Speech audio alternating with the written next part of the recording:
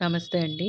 ఆదౌ రామ తపోవనాదిగమనం హత్వా మృగం కాంచనం వైదేహీ హరణం జటాయుమరణం సుగ్రీవ సంభాషణం వాలీ నిగ్రహణం సముద్రతరణం లంకాపురీ దహనం పశ్చాద్రావణ కుంభకర్ణ నిధనం ఏతద్ధి రామాయణం.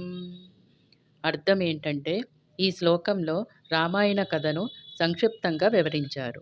రాముడు తపోవనాలకు ప్రయాణించడం నుండి కథ ప్రారంభమవుతుంది. అతను బంగారు మృగాన్ని వేటాడి హతమార్చాడు.